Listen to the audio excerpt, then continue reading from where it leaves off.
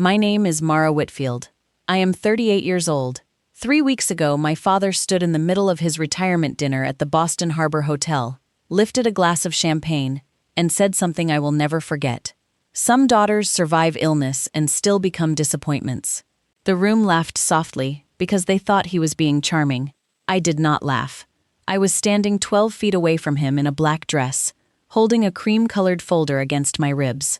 Inside that folder were hospital visitor logs, bank statements, trust documents, and one letter from the Massachusetts Attorney General's office.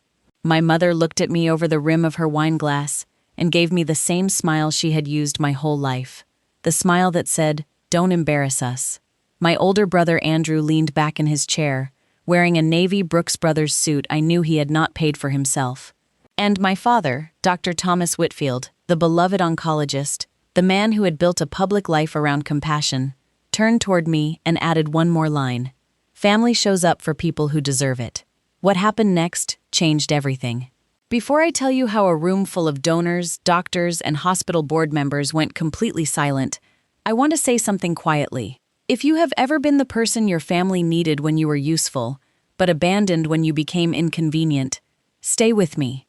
This is not a story about screaming. It is not about revenge in the way people usually mean it. It is about records, dates, receipts, silence, and the calm moment when you finally stop begging people to admit what they did. Now let me take you back. I was born in West Hartford, Connecticut, in a house where achievement mattered more than breathing. My father was a respected cancer specialist in Boston. My mother, Diane, chaired charity luncheons and hospital fundraisers with perfect hair and pearls that never moved out of place. My brother Andrew was the golden child before he even knew what gold was. I was the quiet one. That was the word they used when they meant forgettable. Andrew got the private tutors, the hockey camps, the summer leadership programs, the new car after graduation. I got reminders to be grateful. When I was 16, I worked weekends at a bakery near Farmington Avenue and used the money to pay for my own SAT prep book. Andrew failed organic chemistry twice, and my parents still called him brilliant. He has pressure on him, my mother would say. When I got accepted into Northeastern with a partial scholarship, my father nodded and said, "Accounting suits you. It's practical." When Andrew got into a Caribbean medical program after 3 rejection cycles, my parents opened a bottle of Cartier-labeled champagne and called it destiny. Here's what you need to understand. In families like mine, love is not always loud. Sometimes it is measured in who gets rescued and who is expected to rescue themselves. For most of my 20s, I did exactly what I was trained to do. I became useful. I helped my father organize donor lists for the Whitfield Cancer Relief Fund. I reconciled auction payments after charity galas. I drove my mother to committee meetings when she did not want to park downtown. I reviewed Andrew's lease when he moved to Boston and quietly paid $4,200 in overdue rent because my mother called me crying and said, "Your brother can't have an eviction on his record. Think of the family name." I thought being reliable would eventually become being loved. It did not. On March 12, 2019, at 8:40 in the morning, I sat in a small exam room at Harborview Cancer Institute while a physician's assistant folded her hands and told me the biopsy confirmed stage 2 Hodgkin lymphoma. I remember the sound of the clock. Not the words first. The clock. A soft plastic tick on the wall behind her. She explained the treatment plan. 6 cycles of chemotherapy, possible radiation, fertility preservation discussion, monitoring scans, a port placement. I nodded like I was taking meeting minutes. Then I walked to the parking garage, sat in my Honda Civic, and called my mother. She answered on the 5th ring. I said, "Mom, I have cancer." There was a pause. Not a gasp, not a cry. A pause. Then she said, "Are you sure?" That was her first question. My father called me 40 minutes later between patients. His voice was professional, almost irritated. "Don't panic," he said. "This is treatable. Just follow instructions." I waited for him to say he would come. He did not. That evening, Andrew texted me a thumbs-up emoji and wrote, "You got this." 3 words and a cartoon hand. My first infusion was on April 12th. I wore a gray cardigan because the chemo suite was cold. The woman in the recliner beside me had her husband rubbing lotion into her hands. Across the room, a teenage boy's mother was feeding him crackers. A nurse named Elena brought me a warm blanket and asked who was picking me up afterward. I told her my father was a doctor. That was not an answer, but she was kind enough not to say so. No one came. I took an Uber home with a paper bag of anti-nausea medication on my lap and vomited into a mixing bowl beside my bed until 3 a.m. The next day, my mother posted a photo from a luncheon at the Four Seasons. She was standing behind a podium with a banner that read, "Compassion begins at home." I stared at that photo until my phone went dark. If you are still watching, and you know what it feels like to be abandoned by people who are admired by everyone else, you are not alone. Sometimes the public version of a family is the most expensive lie they own. Over the next 8 months, I attended 36 treatment appointments. I know the number because I kept every after-visit summary in a blue binder. 6 chemo cycles, 11 blood draws, 4 scans, 3 emergency hydration visits.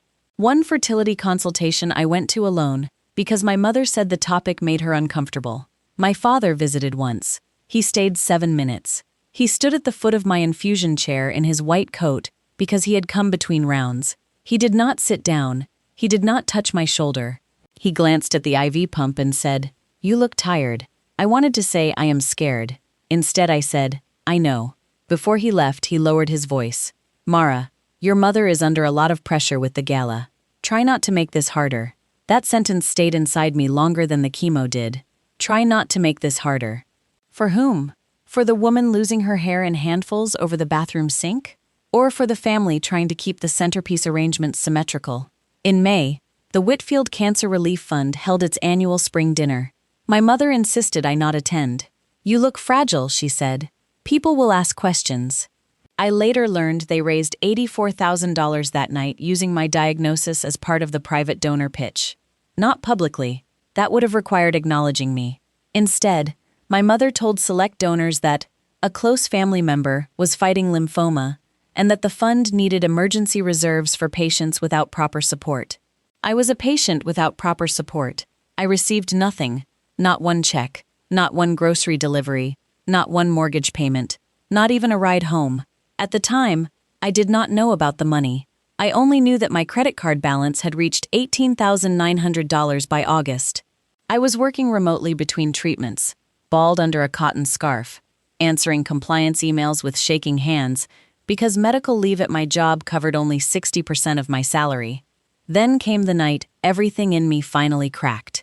It was October 19th, 2019. Andrew had just gotten engaged to a woman named Paige at a rooftop restaurant in Seaport. My mother asked me to come because, in her words, it would look strange if you weren't there. I wore a wig that scratched my scalp and a navy wrap dress that hung loose on my body because I had lost 27 pounds. Halfway through dinner, I became dizzy and went to the restroom. I sat on the closed toilet lid, breathing slowly, trying not to faint.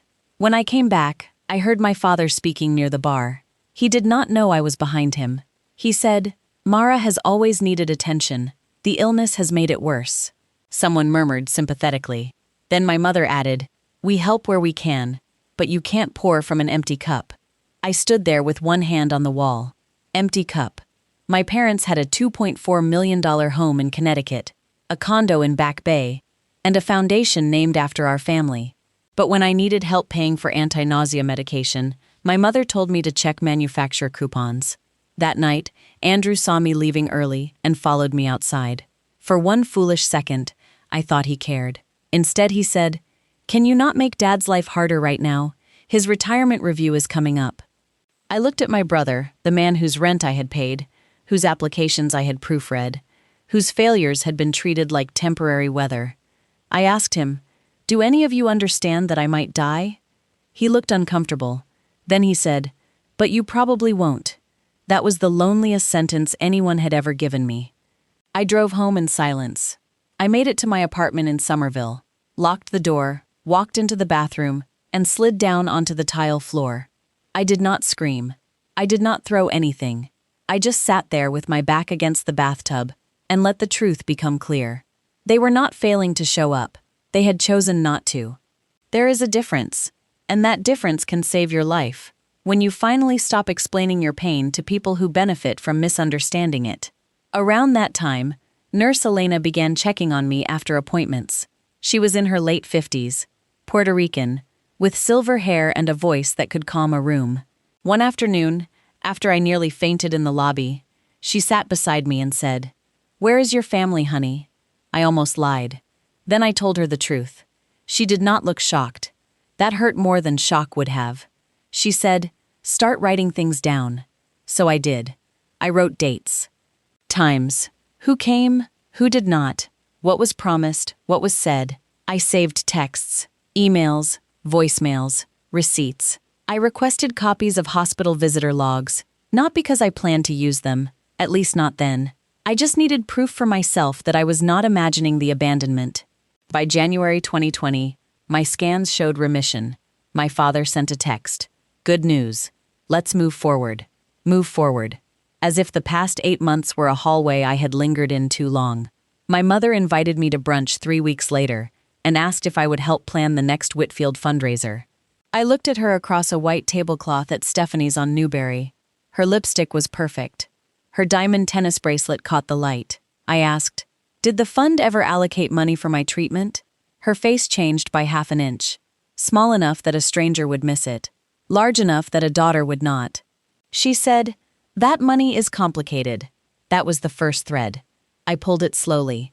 Over the next 3 years, I rebuilt my life in a way nobody in my family noticed because they had stopped looking. I got promoted to senior compliance analyst, then director. I completed my MBA at night. I moved from Somerville into a small but sunny apartment in Cambridge, with exposed brick and a fire escape, where I grew basil in chipped clay pots. I started therapy with a woman named Dr. Lillian Cho, who never once told me to forgive quickly. She taught me that peace without boundaries is just surrender with better lighting. I also began reviewing nonprofit filings in my spare time. That sounds dull. It was not. Numbers tell stories people do not want spoken aloud. The Whitfield Cancer Relief Fund had transferred $62,500 in family emergency patient support between May and December 2019. Not to me. To a consulting LLC registered under Andrew's name. Another $31,000 had been paid to cover medical education advancement expenses. That was Andrew's tuition debt. Then I found the trust. My grandmother, Evelyn Whitfield, had left a private family health and education trust before she died. The terms were simple. The money was to be divided equally between direct grandchildren for serious medical care or education. At the time of my diagnosis, my share had been worth approximately $410,000. My father was trustee. During my chemotherapy, he authorized $118,000 from the trust. Every dollar went to Andrew. Tuition, rent, a Tesla down payment, board exam tutoring, even a $7,600 engagement ring reimbursement marked as professional stabilization support. I sat at my kitchen table at 1:15 in the morning reading the records, feeling strangely calm. Not because it did not hurt, because finally, the shape of the betrayal had edges. It had numbers. It had signatures. It had my father's initials beside each transfer. But I'm getting ahead of myself. The real turning point came when Caldwell Health Partners recruited me as Chief Compliance Officer. Caldwell was a large healthcare investment group expanding into oncology practices across New England. They valued people who understood both finance and medical ethics. I understood both. By 2025, Caldwell began reviewing a possible partnership with Whitfield Oncology Associates, my father's practice group. He wanted a $3.8 million transition package before retirement. Andrew, who had barely passed his boards and had developed a reputation for laziness, wanted Caldwell to fund his new innovation clinic. My father did not know I was on the final review committee. Or maybe he did, and assumed I would still behave like the quiet daughter. That is the danger of training someone to be silent. You may not notice when silence becomes strategy. The retirement dinner was held on February 6, 2026, in a private room overlooking Boston Harbor. The windows reflected gold light. The tables had white roses and folded navy napkins. My mother wore a cream St. John suit. Andrew wore borrowed confidence. My father wore a black tuxedo and the public tenderness of a man who had spent 40 years being applauded for compassion. I arrived at 7:10. Not early, not late. My dress was simple, black, long sleeves. My hair was cut just below my jaw. Around my wrist was a Cartier watch I had bought myself after my first executive bonus. Not because I needed people to see it, but because I needed my younger self to know we had survived. The cream folder was in my left hand. Caldwell's board chair, Margaret Voss, greeted me near the entrance. "Mara," she said quietly, "are you sure?" I looked toward my father laughing beneath the chandelier. "Yes," I said, "I'm sure." The speeches began after dinner. Colleagues praised my father's kindness. Former patients spoke of his steady voice. My mother dabbed her eyes with a linen napkin at exactly the right moments. Then Andrew stepped up and called him the model of family devotion. I almost smiled. Not because it was funny, because lies are sometimes so polished they become art. Finally, my father took the microphone. He thanked the hospital, the donors, his wife, his son. He did not mention me until someone near the front asked, "And your daughter?" The room turned slightly. My father's eyes found mine. For a moment, I saw irritation pass across his face. Then he smiled. "Ah, Mara," he said, "my daughter has always taken her own path." Soft laughter, he continued. "Some daughters survive illness and still become disappointments." My mother lowered her eyes. Andrew smirked. My father lifted his glass. "Family shows up for people who deserve it." That was the line. The same line my mother had used in pieces for years. The same belief my family had built around me like a locked room. I set my water glass down, not loudly, just enough for Margaret to hear. Then I stood. The room quieted in that uncertain way rooms do, when people sense a social mistake is about to become something else. I walked to the podium. My father leaned away from the microphone and whispered, "Not now." I looked at him. He said it again, lower. "Mara, don't." I placed the cream folder on the podium. My hands were steady. That surprised me most. I turned toward the room and said, "My father is right about one thing. Family shows up." No one moved. I opened the folder. In 2019, during 6 cycles of chemotherapy, I attended 36 cancer-related appointments. According to Harbor View visitor logs, my father appeared once, for 7 minutes. My mother appeared once, with a photographer, for the foundation newsletter. My brother appeared 0 times. My mother's face drained of color. Andrew sat upright. My father reached toward the folder. I moved it back 1 inch. Not dramatically, just enough. I continued. During that same period, the Whitfield Cancer Relief Fund raised money using a private donor appeal, referencing a close family member with lymphoma. Financial records show $62,500 was transferred to Andrew Whitfield's Consulting LLC. A murmur moved through the room. My father said, "This is inappropriate." I nodded. "It is." Then I removed the second document. The Evelyn Whitfield Family Health and Education Trust required equal access for grandchildren facing medical crisis. While I was in treatment, $118,000 was withdrawn from the trust. Not for my medical bills, not for fertility preservation, not for rent. The money went to Andrew's tuition debt, housing, car payment, and engagement expenses. Andrew stood. "That's not what happened." Margaret Voss spoke from the front table. "Sit down, Andrew." He sat. That was the first time I had ever seen my brother obey a woman he could not manipulate. My father gripped the podium edge. "You have no idea what those documents mean." I looked at him for a long moment. Then I said, "I know exactly what they mean. That is why Caldwell has suspended the acquisition review. That is why the transition package is frozen. That is why the Attorney General's nonprofit division received the same file Monday morning. The silence that followed was not empty. It had weight. It pressed against the glasses, the silverware, the white roses, the polished shoes under every table. My mother whispered, "Mara, please." It was the first time she had said please to me in years. Not when I was sick, not when I was alone. Now. My father's expression shifted slowly. Anger first, then calculation, then something smaller, fear, maybe, or the beginning of shame. He leaned toward me and said, "What do you want?" There it was, the question people ask when love fails and negotiation begins. I thought about the bathroom floor, the hospital blanket, the Uber rides home after chemo, the fundraiser photos, the word disappointment floating above a room full of strangers. I closed the folder. Then I gave him the 4 words I had carried for 7 years. Family shows up, remember. No one spoke. I stepped away from the podium, picked up my coat, and walked out of the ballroom. I did not run. I did not look back. In the hallway, the carpet was soft under my heels. Through the windows, Boston Harbor was dark and still. I stood there for a moment and let myself breathe. Not victory, release. There is a difference. The consequences came quickly, but quietly, the way real consequences often do. Caldwell withdrew from the partnership. The hospital board opened an ethics review. The Whitfield Cancer Relief Fund suspended operations pending investigation. My mother resigned from 2 charity committees to focus on family matters. Andrew's clinic lost its funding before it opened. My father's retirement announcement disappeared from the hospital website within 48 hours. I did not celebrate.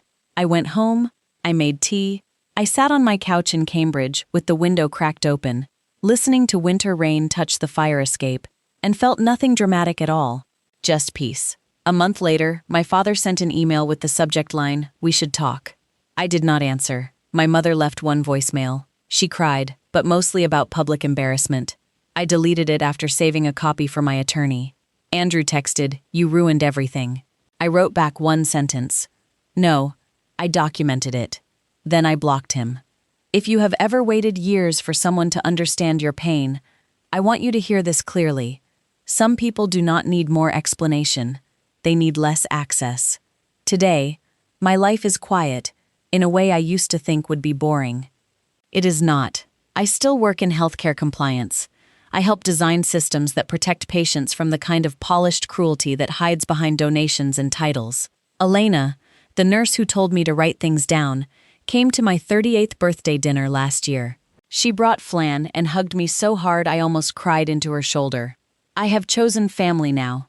A small circle. People who show up without being asked twice. On Sunday mornings, I walk along the Charles River with coffee in my hand. Sometimes the wind is sharp enough to remind me of hospital parking garages and old fear. But then I come home to my apartment, to basil on the windowsill, to clean sheets, to silence that belongs to me. I used to believe revenge meant making people suffer. I do not believe that anymore. Sometimes revenge is simply refusing to protect the lie that protected everyone except you. Sometimes it is telling the truth in a calm voice. Sometimes it is walking away while the room finally understands what you survived. My father said, "Family shows up for people who deserve it." He was wrong. Family shows up because love is not supposed to be earned through usefulness. And if they do not show up, you are allowed to stop calling absence by another name. You are allowed to stop begging. You are allowed to keep the records. You are allowed to choose yourself without becoming cruel. If this resonated with you, share your thoughts in the comments. Tell me where you learned the difference between family and people who simply share your last name. And if you want more calm stories about boundaries, healing, and quiet strength, subscribe. My name is Mara Whitfield. I survived what they minimized. I documented what they denied. And I finally stopped asking empty rooms to love me back.